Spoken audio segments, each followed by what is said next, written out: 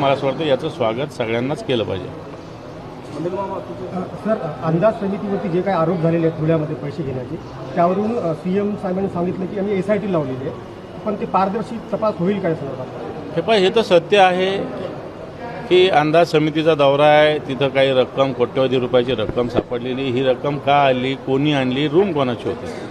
आता मी इथं या रूममध्ये राहिलेलो आहे, तर इथली जबाबदारी माझी आहे. या रूममध्ये काही असेल तर इथली जबाबदारी माझी आहे. मला असं वाटतं त्याच्यामुळे ज्याची रूम असेल त्याची ती जबाबदारी, त्याला सगळ्यात आधी अटक केलं पाहिजे. या व्यक्तीला सगळ्यात आधी अटक केली पाहिजे, मग सत्यता बाहेर येईल. SIT होत असतात, वर्ष 2-2 वर्ष त्याच्या चौकशा चालत असतात, लोक विसरत असतात.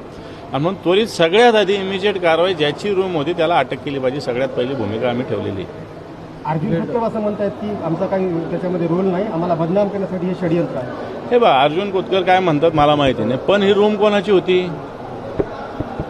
उद्या मला सांगा, ही माझी रूम आहे, माझ्या रूममध्ये काही कसं असू शकतं?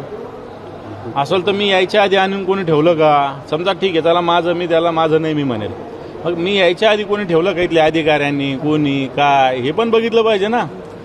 आता ही दुनिया आहे, CCTV आहेत, कुठून कुठून काय काय येतं, सगळ्या गोष्टी स्पष्ट होतात. त्याच्यामुळे अर्जुन खोतकर जरी म्हटले असेल तर अर्जुन खोतकर त्या कमिटीचे चेअरमन